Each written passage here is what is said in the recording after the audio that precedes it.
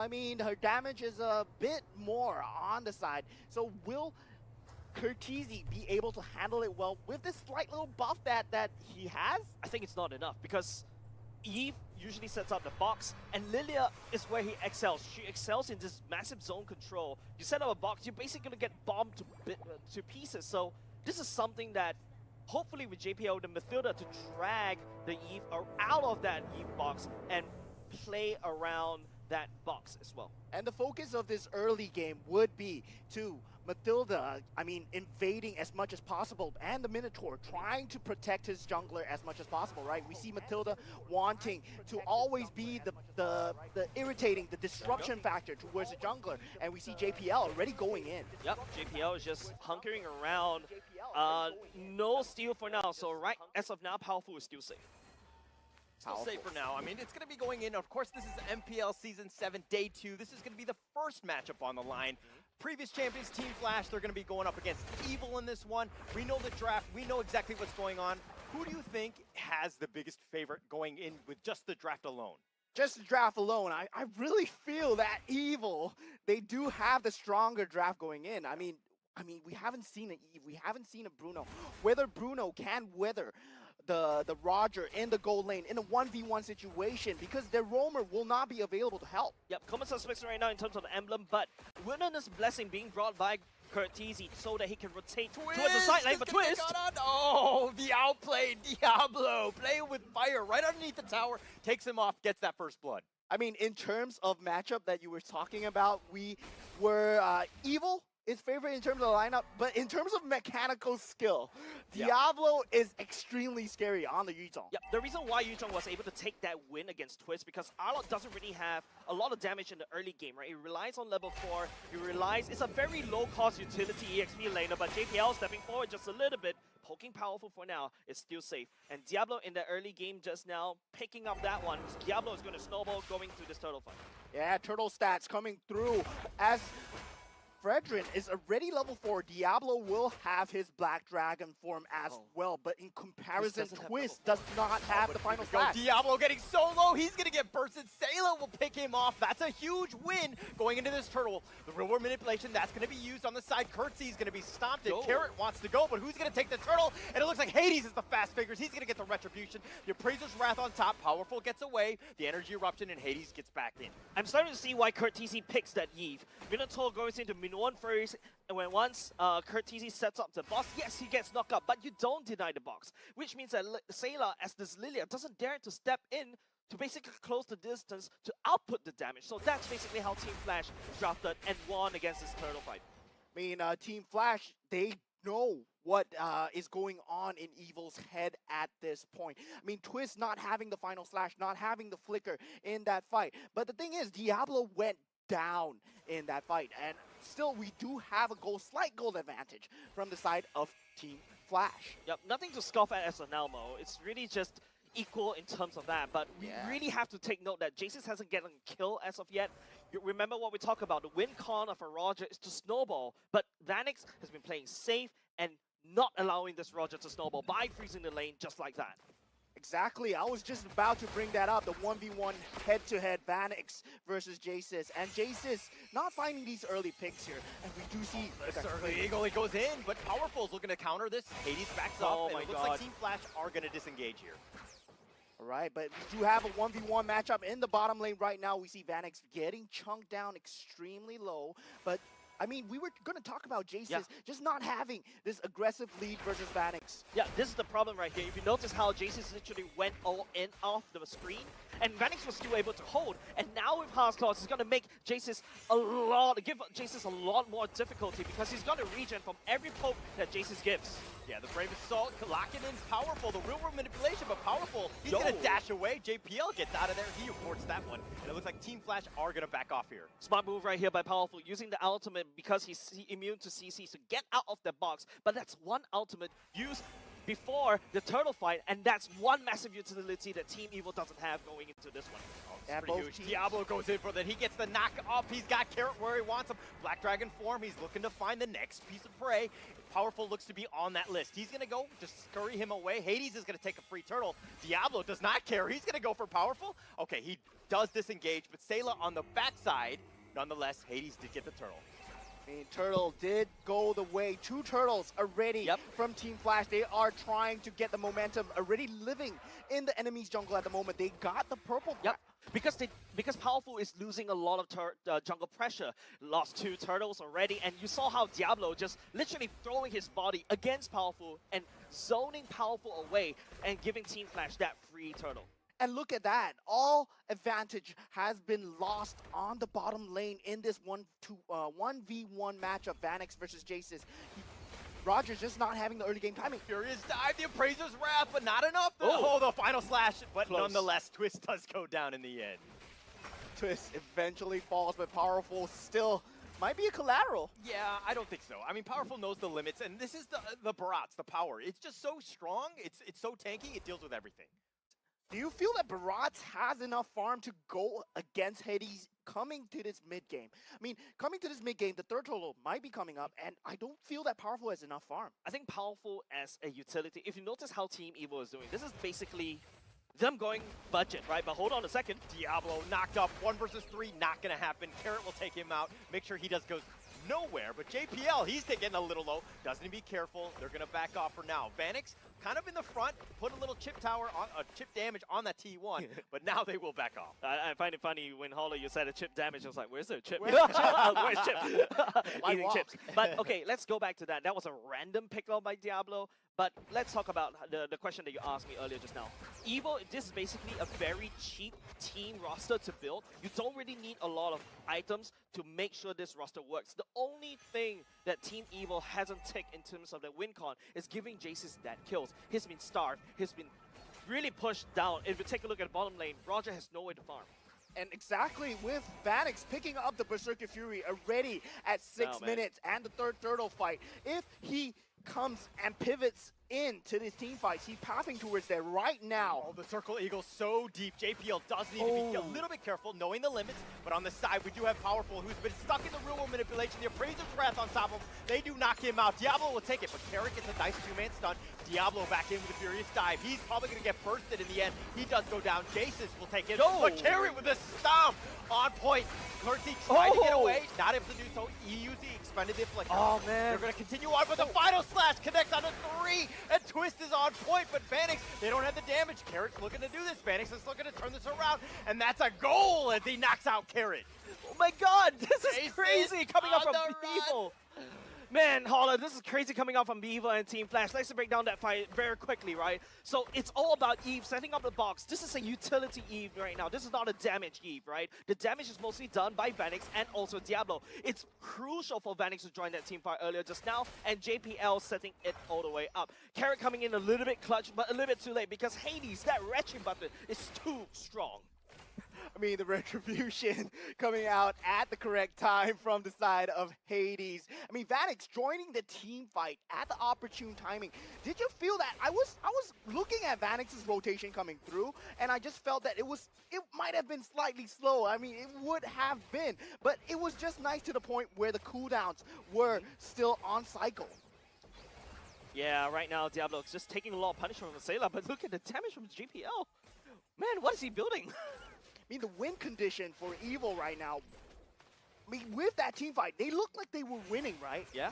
But it just got so much harder. The Circle Eagle connects on a 3, the real world manipulation. It's barely hitting the edge. He's going to have to back up or a little bit forward. Curtsy's getting focused in here. They do have the damage, and Diablo will take it on Powerful. Sayla's down for this list as well. Diablo continuing on, and they're just chasing all 5 members. They don't care. They're diving. They do get Carrot as well. They've got Twist on that list, and they want everything. Jace's is going to be on, and that's a team wipe, my friend. That's a 4K gold lead already, 11-4. And we were just talking about Evil's win condition, right? Yeah. What do they have to do here? I mean, I was just gonna talk about what they had to do, and they just got themselves wiped out. Yeah, it's a very bad thing from Evo, but let's take a look at an instant replay that will be showing to you very, very soon. Let's break down how that fight. It's all about Curtis setting up this box. You see Sayla is unable to step in to output the damage. That's one massive damage that, you know, Team Evo already doesn't have. And I'm already counting out Jace's because he's not able to do any damage at all without initial burst damage. So basically, what Team Evo did was just giving bodies over to Team Flash, peeling for their team, but the main damage dealer is unable to set up and step forward because Vanix has become such a huge threat against these squishies.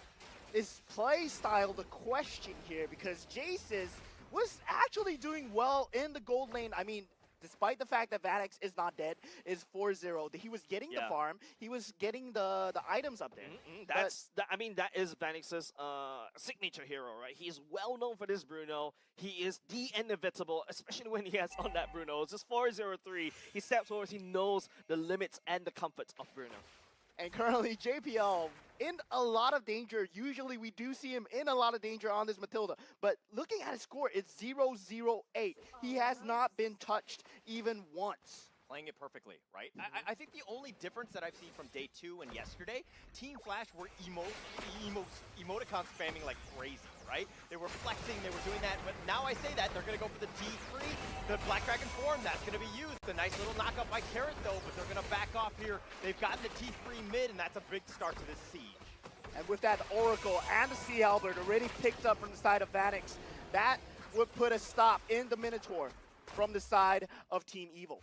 Look at them, they're just flexing, they're making sure that they're kind of pinching them in, giving them no space. They have no room to farm, they've got nothing, but it looks like the next fight is gonna go. They go for the Circle Eagle, JPL actually backs off, he's gonna back off with this. The rule of manipulations connecting on it too, is doing a lot of damage. Sayla does need to be careful, Diablo is about half, but now he's back to full. They've gotten the T3 bottom, JPL playing with fire, he's gonna be backing off. Almost having that perfect game thus far. They now look to go to the top place. So basically, that is how Team Flash win a team fight without a team fight. First of all, you got JPL with Circling Eagle with this low cooldown, just threatening to enter. Team Evo, they know they can't take the fight, right? So they will back off. So instead, but hold on a second, Diablo comes in, Blake Dragon form, and once again, this is exactly what I was talking about. Doing a team fight without a team fight, just taking down turrets one after another. Even Curtisi using that box earlier to provide that protection for Vanix to take down each turrets one by one. Team Flash, oh sorry, go on. Key objective gaming coming through from the side of Team Flash as they are showing what Jace is saying. You winning a team fight without even taking a team fight. All inhibitor turrets already down from the side of Team Evil, so they will have super minions to deal with. And you were saying that, Holler was saying that they were going to be pinched in. Now they're going to be even boxed in even more with the creep pressure coming through from the side of Team Flash. It's looking very dire for Team Evo right now. They don't really have any hero that could actually scale towards the late game, right? Their win cons happen in the mid to the early game. They did not tick those boxes, and now they have a barren wasteland of a base. Team Flash is slowly closing in. They can set up zones, they can have ultimates to spare, and to push Team Evo away. It's all about the turret defense right now. It's all about base defense. How Twist can use a good final slash to slash people in, and Carrot with the Minu 1 Fairy, it needs to land perfectly. And with the enhanced sword already up at 12 minutes, I mean, you see 3 members of Team Flash really taking it in the background, and they do have it. Evil will have to fight this menacing threat coming through soon, really soon, actually. I mean, the Lord is going to be crashing in the mid lane. That's exactly what you want. Team Flash has played this one perfectly. They've taken over the entire map. They've got 11k net worth lead. What else can you do as Team Flash? Right now, it's just, you know, waiting for the Lord to clash. Just also setting up these side lanes, right? Make sure it's a 3-minion crash. But Sayla does have a bit of high ground. There's a massive wave there. You can see him stacking up the orbs around. And okay, the Circle Eagle with 3-man stun. That was on point. Twist is being That's it. He flickers back in. Nice little knockup. With the real manipulation, that's going to be used. The Lord. Carrot is taking a lot of damage. The Lord is taking most of this one. And Hades is up front just doing some work. And they go for the base, and they're going to take game 1. Team Flash literally showed us how to team fight without taking any kills, right? It's all about objective gaming. The ultimates they throw away is just to make sure that Vanix steps forward towards the turret, take them one by one, and zone everybody up. And not only that use it for the turrets, they also use it for objective takes such as the turtles. And I was thinking about how Diablo was playing that Yuzhong. He was taking away so much of the enemy space. Yeah. They could not go forward to deal damage on the Yves as well. So Yves was covering the background while Yuzhong was covering the foreground. They had an extended area of control. Yeah, I'm more like Diablo invading private space, and you can invade my private space. Okay, that's a little awkward. We're gonna continue. I think Sorry. we still have I a just had to do family show. Nonetheless, he played well, but he was a little aggressive in the beginning. Yes, I think the first like two it. deaths were to Diablo in that sense, where he was trying to like make them respect him by just the fact that he's gonna go in at any moment, Yeah. right? So you know what I mean? Yeah, and sorry, I'm still recovering. Still recovering from Diablo. I mean, he was playing extremely well, but we have to talk about Vanix versus Roger on that lane, on the Bruno. Yep. It's so extremely scary. Yep, he managed to shut down Roger in whatever he wants to do, but let's take a look at the MVP of this particular game. It is none other than JPL. Perfect scoreline, just need to switch the assist to K and it looks better. I mean, 0-0-12, I mean, that's a really good scoreline for a Matilda. He was looking like he was in so much danger, but he's circling Eagle, set up so much team fights, and always finds him in a sweet spot. It was the sweet spot, but he was always up front, right? He was like that scout. He was like, he knew where everybody was, and he knew the limits of the hero, so that he was like, hey, I need to back off, but when I engage, get those three-man stuns, which were insane. And I mean, just clearly a well-deserved MVP by JPL. And that is the legendary JPL, right? That all that veterancy, all that experience just coming up from this particular game. And remember, we talked about how he has so much damage. He doesn't really build a lot of damage items at all, but the most important thing is having the box so that he can actually get that circling eagle quickly, and it becomes like this gun cocked at Team Evil's head, right? I may pull at any time. You just don't know where it is, and that tension broke Team Evil apart. Yeah, that was so much pressure coming through from all these mobile heroes from the side of Team Flash. Yeah. Very well composition of the draft by them into breaking down what the Roger can do. But let's just take a look at itemizations and look at the amount of objectives that Team Flash did manage to get for themselves. Jace, you basically just said it. They fought a team fight without taking a team fight, and look at that. That's the numbers. They speak for themselves. Definitely, the kills feels like a bonus for the side of Team Flash, right? Look at the objectives. It's all turrets down, 2 lords, all the turtles taken over, and if you notice, in terms of the orange buff and the purple buff, Powerful is starting to get starved up, albeit I said that this is a very low economy kind of roster. If we're looking at the KDAs here, if we're looking at Team Flash, there's 3 deaths by Diablo, 1 by Cortese, but do you think Diablo is the weakest link? No, I don't think so. Oh, Diablo fanboy. is just literally throwing his... I know. And that's me just being biased.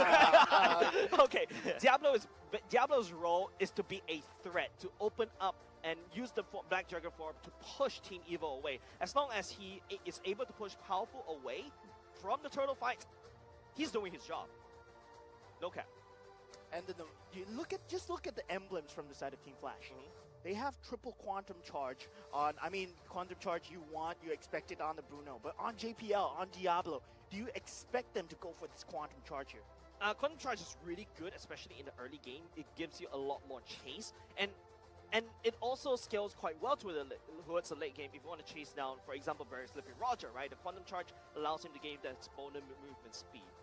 And we talked about this yesterday as well. Minotaur on the other side, I mean Team Evil. Minotaur and Barrage both going for this concussive blast. I mean, they want to get their objectives early. They wanted to clear it very early. Then you said this was a very cheap composition, right? Yep, that's right.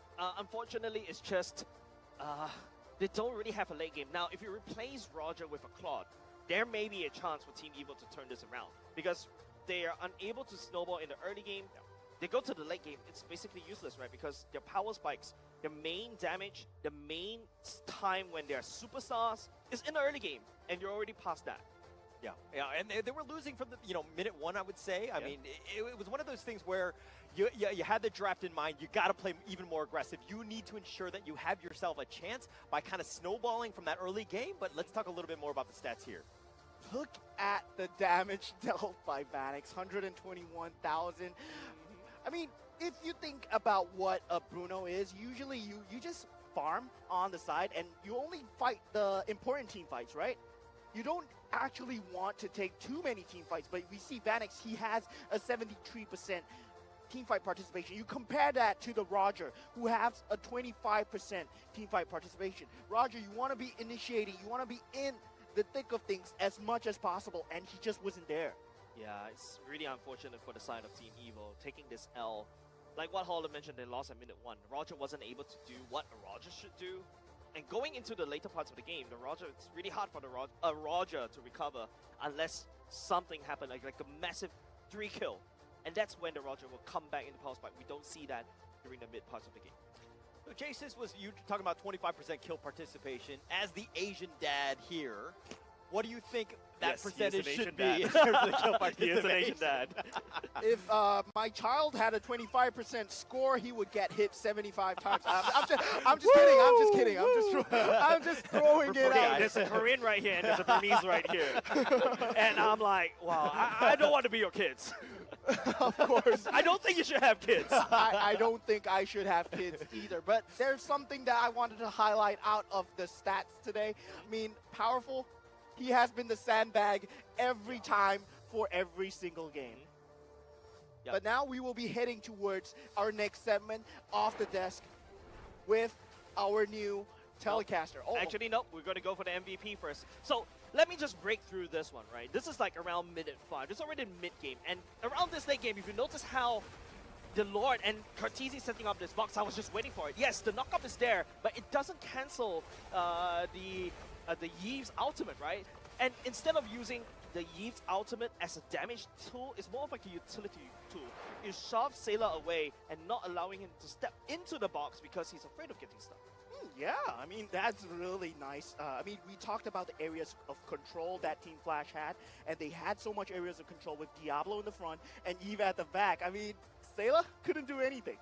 But is Yves back in the meta? Like, I haven't seen it in almost anything. I mean, even the last season with Season 6, I mean, it was very much nerfed. It was having a hard time, but we're seeing the utility and the power of that hero, right? Yeah, I'm very surprised because they're technically transferring the main damage away from the mid laner. They're also putting the damage over to Diablo as well as usual. And now we do have our new segment. Let's break it down with Professor Churros at Off the Desk. What's going on, guys? Here for another episode of Off the Desk. Match 1 was a masterclass by Team Flash, showing us how to counteract the magic of team fights that Team Evo has. Here I have a clip or a scene from the second or third turtle fight where Team Evo had a chance to overturn that team fight. But Team Flash has showed us how they are able to execute their protect comp to the best of their abilities to the T. So in this case, the turtle was being invaded by Powerful using the barrage. But they shifted their attention, or Team Flash shifted their attention over to barrage. You see how they created that space for JPL and Vanix to come in to do that damage. So it's all about target prioritization. It's all about shifting the win conditions here. So take a look at where Jace's and Vanix is. These are your main damage dealers. So where they're moving and how they're approaching the situation.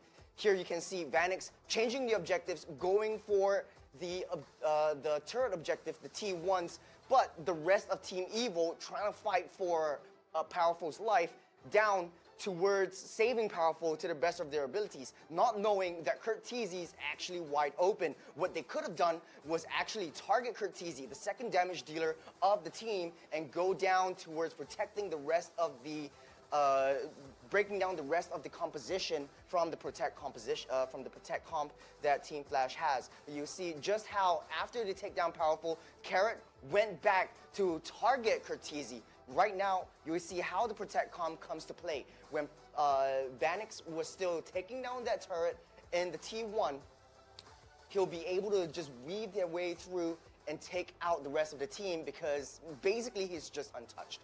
In this case, Carrot sees the opportunity, goes for Curtese, the next secondary target after Diablo goes down. So he makes that call, the rest of the team jumps in, but where is Vanix? Vanix is getting in position, trying to do that damage to the best of his ability. He knows that Sailor's weak, Jace's is weak, and Vanix is definitely going to take advantage of that.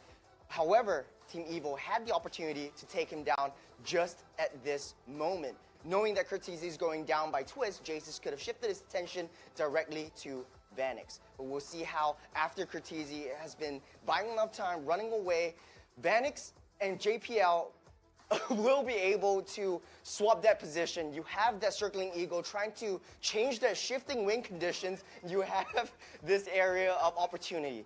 So after this is done, JPL tries to shift it away from Vanix. Shift the objective away from Vanix, and now Vanix in a tough spot within the kill zone that Evo has created for themselves. But you'll see within the next frame, that one split frame, they changed their idea of things. Twist backs off with a flicker and just leaves Vanix alone. This is what you don't want to do. So once Vanix is alone, there's change again, and Flash goes in for the rest of the kill. So this was a true masterclass. Never leave Vanix alone, and that is the win condition for Team Evo if they want to take it through.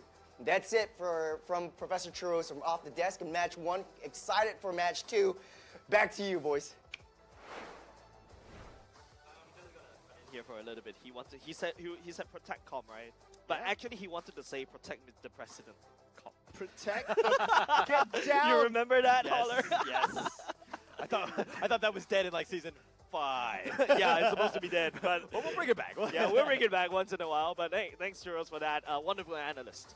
I mean, wonderful, wonderful job by our Professor Churros right now. But we are moving into the game 2 of this tournament. But before we move into game 2, of course, we do have to talk about our sponsors. And I mean, what better sponsor than one that is sitting on our table? I'm extremely hungry right now, so let's just talk a bit about McDonald's, shall we? I mean, Hint, hint. You can always deliver us the McDonald's because the road to glory has never been tastier with McDonald's. Catch all of MPL Season 7 action and complete with the experience with crispier crunch of the new and improved Chicken McCrispy with McDelivery. Hint, hint, deliver it to us. That's not all. Thousands of in-game diamonds are up for grabs for you, for your squad. Go on, smash your hunger and TNC supplies and deliver some McCrispy for us. Thank you very much. yeah, I mean, we would definitely love some breakfast right now. I mean, McCrispy would be I awesome. accept anything, man. I accept anything from McDonald's right now. We can take everything.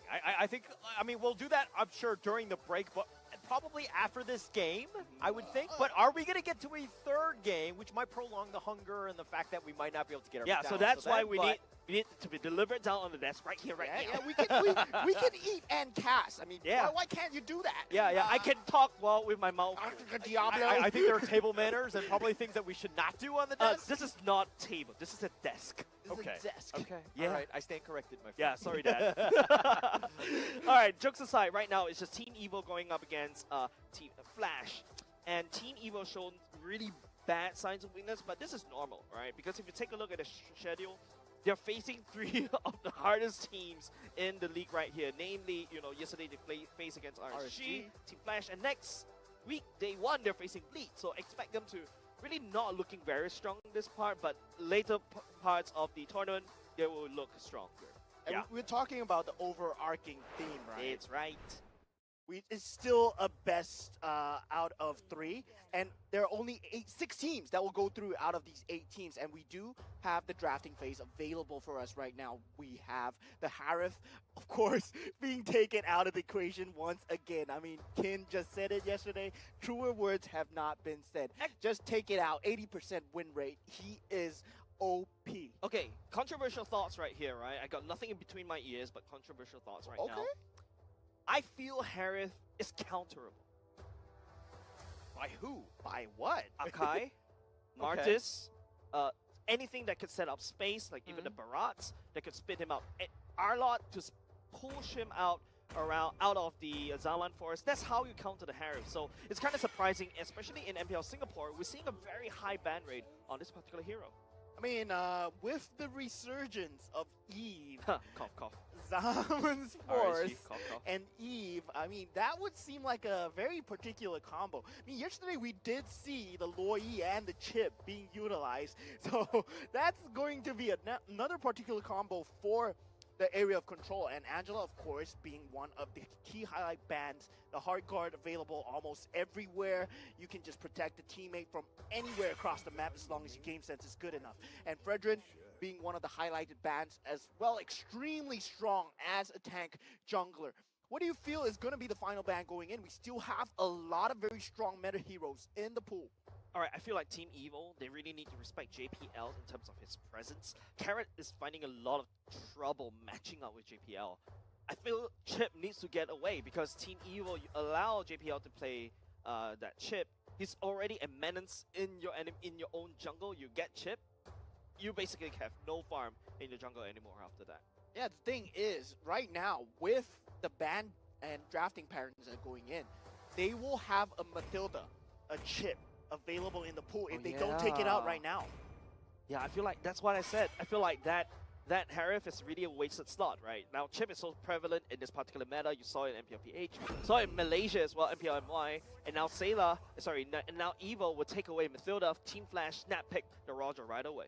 And now we will see the Roger in the hands of Vanix. Can Jesus even do anything? Does he pick the Bruno here? No, I don't think he plays the Bruno. That's the issue. Now that you got the Harry already taken away, you got the Nathan that's taken away. That's something that Jesus has shown that he can play. Right now, I think it's definitely going to be... They need to snap pick a gold laner in this particular phase. If not, Jesus is not going to have a good time. Yeah, Jaces is not going to have a good time, but they do ought to go for the Barats and the Uzon. So Okay, Uzon, hello, friends. now we saw it was piloted by the hands of Diablo, morning voice. but this time it Good was morning, in friends. the hands of Twitch. Powerful Okay, once let me again move this. on the You can see Barats. I better. mean, he has been putting up a lot of solid performances. Wait, actually, let me just on off it first, the lah. jungle heroes. I off it, Powerful as then always you all been can on the Barats, see Jaffa. has always Later been that on taking again. the brunt of the damage, but can it buy enough space from the Roger incoming? Yeah, but that's the thing. You saw what Team Flash used to make space, right? Even though Team Evo seems like they had the space purchaser in mind, right? Team Flash could always bring up a heat, and then all of a sudden Team Evo is scrambling to take space.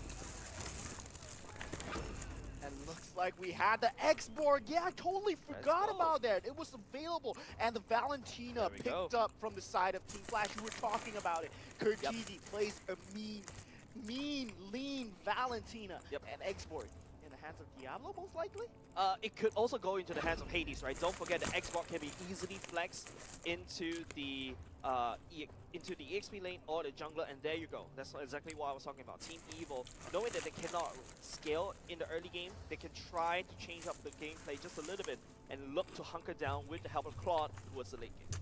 Yeah, but I feel that there will still be a lot of pressure coming in. I mean, for the side of Team Flash, they have not picked up a hero for JPL yet. So the chip ban is still pretty much on the board if they want to shut him down.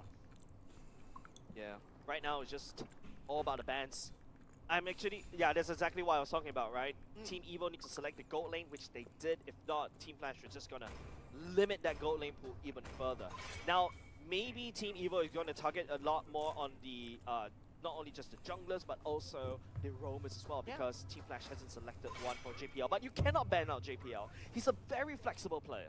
Yeah, I mean, if you think about the roaming pool that's still available, there's a lot that's available. There's the Grok, there's Tigreal, there's the Minotaur. I mean, Tigreal, I mean, we don't really see There's also the Cho by JPL, which he was very well known for. Yeah, very And he notorious. could also pull out a Hilda if Team Evo, if he's feeling a little bit spicy, even though it's up against a Barat's jungle. Barats versus Hilda, I would love to see that. But we do have the Phobius ban taken out from the side of Team Flash. I mean, Team Flash, they seem like they are placing a very high priority, I mean, somewhat of a high priority, in taking out Sayla's choices with the Loi ban, with the Phobius ban as well. So they're respecting Sayla as a player, Team Flash. You spoke about respecting Team Flash. I think next should be going on the chopping block is the Pheromones, because now you have Team Evil with the Barats and stuff like that. You really don't want to give them a second life. There you go. The Pheromones get taken away. Yeah, really good choice. I mean, with the Valentina, though, I mean, giving them the Pheromones might not be the worst of options, but I guess Sayla pilots a very mean Pheromones, and they are extremely respectful of that. I mean, Team Flash, despite the fact that they are the strongest team coming into this competition. Yep. They still know they are there for a reason. They respect their opponents. They read their opponents properly before the banning and drafting phase. Yeah, something that I also take note from the side of Team Evo, they agree with me. Don't bother banning out JPL. We don't really know whether this export is going to go into Diablo, whether they're going to go into Hades. That's why Team Evo decided to lock down on the other junglers that Hades may play. Like, for example, the Nolan and the Bucks, and there you go. Even they're all laughing at what's going on. Carrot is definitely going to go into a Edith roam for the side of Team Evo, and this is a lot more damage, a lot more late game damage going into game number 2. Yeah, I mean, it's very clear what Evil's game plan is over here. I mean, the early game will not be really in their favor at all. They will have to hunker down on the farm and getting the late game damage through onto Team Flash. But whether Team Flash double down on this Roger right now, they already have a Valentina, they already have X-Borg, which scales extremely well. Oh yeah, another way that you can also flex around for the side of Team Flash is Roger can go into the jungle as well. That's a bandit that's going to the EXP lane. Okay, that's a gold lane, Roger. Grok going into JPL, and X-Borg jungle is confirmed for the side of Team Flash. And finally, we will have the last pick coming through from the side of Evil. I mean, we talk about Team Flash just having this very mobile lineup. X-Borg, Valentina, Benedetta, Roger. I mean, Grok will be a bit of a slow beast, but still, he does have the wall charge available. Yeah, and he's also gained a lot of movement speed when he's closer to walls. He's also CC immune. That's exactly what you need. And imagine if Barat's actually land the ultimate on him. Hey, that's one wasted ultimate. It's such Yeah, a wasted ultimate. not evil draft. I don't know if you Odette. get what I mean. Oh, that what the hell? Yo, what's this MPL MY vibes coming out from the side of Sailor? It's such a not like Okay, evil we talk draft. about space. This whole game, this whole series is all about space. Who gets to buy the most space Evil don't really to play secure club. the objectives? I thought they were gonna go secure like their Bruno turtle fights, again. right? Odette can Unless create Bruno's space. banned, am I Team stupid? Flash can also create No, space Bruno's with not Grok, banned. I but thought they would go you're Bruno instead of dropping Club. an Odette Because- into a Grok, right into a wall charge. I mean, Bruno does well against Roger and Lane, but the Extremely Club doesn't. insane coming through from the side of TV. The Club kind of And sucks. Odette so. picked up. And now we Yeah. do see that, I mean, their game plan is going for the late game. They want No, to we'll scale see. the damage onto the Claude. They want to scale the damage onto the Edith as much as possible. And Odette is a cheap damage factor. Very good at zoning away team fights. They won't want to take as much possible. And Vanek is on Roger, by the way. Yeah, definitely. Because wait, what? No, wait, hold on. Vanek's not on Roger. This is a fighter side lane, and it's a Benedetta going to the gold lane. Yes, sir. Wait, what? Diablo gold lane. What's this? Okay. What's game number 2? This is Oh, wow. game number It's 2 very that you're talking CSP. about, right? It's going to Yeah. be Team Flash, Evil, already fireworks in crazy. the mid lane. But okay, let's talk a little bit about the draft going into this one. Who do you have? Just again, by looking at the draft, who gets the edge? I mean, Team Flash, Roger, X-Borg, It's actually crazy. Valentina, Benny goal lane. and Evil they have. And Pretty sick Odette. now. So I have to give it to Hades Team Roger. Flash. I couldn't tell because right That'll now be the I think Xbox. all it's too late to tell. It's all about making sure Hades get the snowball early game Pretty as sick. well. But if you notice, JPL is already hard invading. Yeah, Grok, Diablo and go that's in. why Okay, even yeah. he's immune to CC, so no matter what Carrot and Powerful do, it's all going to waste. And we really need to see the first turtle fight before I can actually tell you which side do I prefer. And Diablo Wow, you're is getting doing a fucked lot of up. damage against Jesus. Crazy. and, do you think it's maybe because Diablo might not be as familiar on the export? His end butt fucked up. No, not. No, you I don't think so. so. He actually played the Xbox before, and he has a very specific playstyle. He likes to be a damage Xbox, right? But they were laughing. Now, I never Diablo see going to that. the Benedetta means one more thing. Jace's as his Claude needs to hunker down even more because he steps up, takes farm. Rest assured, Diablo is going to rush you down with a lot of damage in your first skill. Oh my gosh, look at that damage. The onward throws back JPL. He's been stunned, but he's tried. I mean, the CC immune just lets him walk away free, but JPL did take a lot of that damage. And that's Well, it's not interesting a very though. good I mean- sign from the early game from the side of Oh, Team he's Evil. dead. Oh, but powerful. He's going to be going on. He's They're playing gonna a be pretty, focused. Hades will take that one. And Twist Yeah, in Vanix the is top playing a lane, pretty little easy bit of a duel E- with E- Vanix. EXP lane, I Cortini know. and Hades are on the prowl. Twist might be dead, Twist yeah. going to get away. The Furious Die keeps Yeah, him he's under dead. the tower, but he's Wow. going to be focused that Hades will take that kill. That's the Okay, Roger I prefer snowball, Team Flash's baby. roster now. Okay, the reason is this. Hades needs to get the early snowball, and there he has it. Team Flash expect them to snowball out of control. He's already level 5. Powerful is only level 3. The turtle is already up. JPL is just buying it's the time to early prepare for Roger lots of snowball. vision. over to that. That's a free turtle over to Team Flash. 4-minute that's the war overarching X, thing and that we then the talked game about is pretty yesterday. much The over. assassin jungles, the fighter jungles. Nice having fight this from Vance. I lead think will he's getting force fucked by them that. I think having Holy the flicker as well, but I think it's advantage okay. because they can invade their enemy jungle, and Barat is not going to have a good time moving forward. Not gonna have a good time, but look at JPL, just a nuisance. He's like spotting it out. He's providing vision. Who Oh, wall gets it? charge? Nice Oh, charge. they He didn't stole got in it, the end. bro. I think Carrot did get it. The Deadness welcome will spit him out. And he Wow, will they probably really pay for don't it. like him. Yeah, Oh that's my JPL god. does go down. That's fine, They man, burn right about there. 6 Team Flash ultis on provides so him. much vision, allowing Hades to farm elsewhere. Sayla, he's gonna be focused. Hades will take him out as well. That's his third. Hey, Hades is He's dead, on the tower, but just need to be careful. He does fall. nice Powerful kill will on take that Dole as direct well. form from Curtizi. He gets on out of there. Oh, he dodges the Earth Shatter and he gets away, but Curtizi. Yeah, 5 somehow people, they survived. took the I mean, Baras what's blue like really a turtle. interesting here is how Hades has been trying to invade the enemy jungle, finding so much space for his team. And on top of that, you have to know that there's a Benedetta farming in the gold lane. Yep, and it's so flexible for the side of Team Flash, right? JPL providing so much vision. Team Evo is just basically 5v1 right there. Oh, Wall JPL. charge? Oh, nice knock off the flicker back from Carrot, keeping him alive. The fire missiles. No, But he already got war X in under 3 minutes eh. Wow, the game is over lah. The snowball is crazy eh. Under 4 minute war X is like, the Roger is so ahead eh. Wrong emote, by the way, JPL. Wrong emote. Usually war X is like, maybe Alright, let's just 4.5, kinda break it 5 down minutes just a then you little get bit, it right? one. Hades right here. Oh, he's actually going to go Like for a that. pound. He's gonna go for this. He's going for Wolfar, but the shield is keeping him up, and that might have been a little. I don't know he trolling or what lah, maybe he trolling lah. I think right here, Team Flash That's is quite just funny having a though. little bit too much overconfident because he was snowballing earlier. Now, because of those mistakes that Team Flash take, Team I think Evo, Hades rest is a bit assured trolling they're lah. gonna It's take quite funny. advantage of all of this and recover in terms of Maybe their he saw economy things that I and didn't recover lah. in terms of their map control. And that's what I was talking about, right? Odette being a very cheap deterrent factor when it comes down to these early game dives, when it comes down to these extremely early game dives. And JPL, of course, he's always going to be in enemy jungle. He's living in enemy jungle. He plays Matilda like this. He plays Flash still Grok have the like goal this, lead, and we don't which is expect nuts. him to see any less. Okay, right now in this particular upcoming turtle fight, both teams are equal. They do have most of their ultimates available. It's now who gets the retro button. Hades is actually on the turtle already. Oh, completely. Wow, what a steal He from got it with a Powerful. retribution steal. Carrot with a nice Wow. shatter. Vanix is still alive. Black Dragon form coming Blazing in. Duet comes Blazing in. Duet is Flash doing so running much, for the and Vanix heals. is gonna get focused, and he does They're out. fine. Diablo gets Jason will tossed. take Gets him knocked down. out, Diablo's throws down. back Diablo, and they've gotten everything. They've Sheesh. gotten 2 kills. 2 And for that's what nothing. happened. Evil It get the thrown turtle. against Team Evo. Team Flash got ahead of themselves, Flash gave trolling. Evo that small little window, and Powerful squeezed through it with the ultimate, wrenching the turtle away. Now Team Evo is in the lead. Nice retry We from have a Powerful game yeah. on our hands, most likely Team Flash. Was And basically a Team Hail Evo Mary and he got will it. want to tie things up, bring us to a Granted, game he was point, like a so level we might higher not lah, but- get our McCrispy.